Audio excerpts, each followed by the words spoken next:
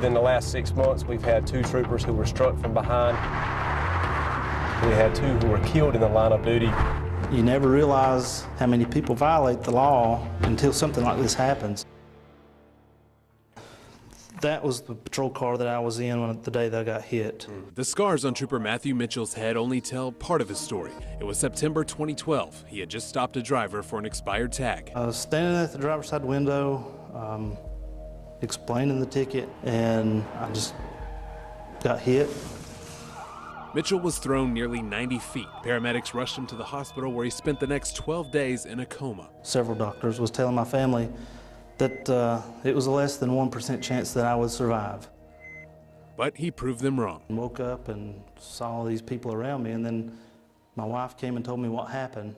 She didn't really know how to tell me, but she told me what happened, and I understood. Mitchell says the driver told troopers she had a lot on her mind and didn't see him or his flashing blue lights. This picture here is the vehicle that struck me with the damage. This is the vehicle that I had pulled over. This damage is from his body, not another car. They had to remove both sides of my skull. The left ankle was broke, and they had to put rods and pins in that. And then several road rash scars all over. I've got them on my face, all over my body, really. This is just one accident that highlights a law that's broken nearly every single day.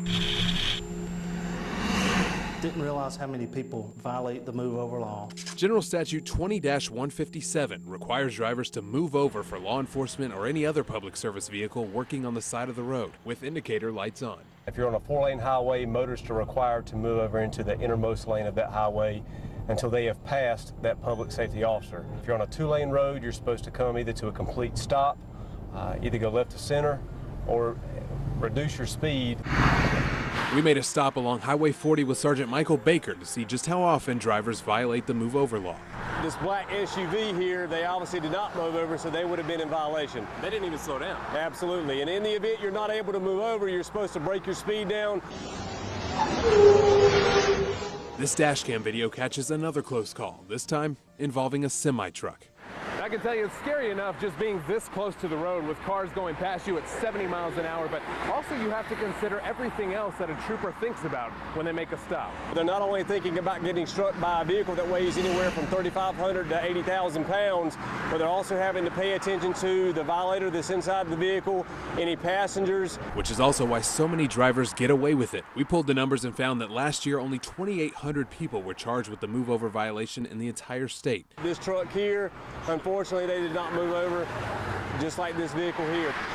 But here's the catch. I dare say 9 out of 10 people that I have stopped for the move over violation have simply told me, Trooper, I didn't know that it was against the law. It's the reason why Mitchell shares his story. I've had several people say, you're lucky. Luck had nothing to do with it. Through the Lord above, I'm a miracle. Some people would say you're crazy for putting the uniform back on. What would you say to them?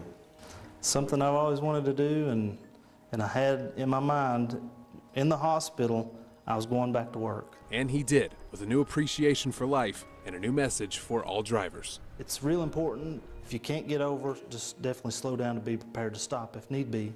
I don't want anybody to have to go through what I went through or my family went through by just a careless act of not paying attention. Jonathan Rodriguez, CBS North Carolina, investigates.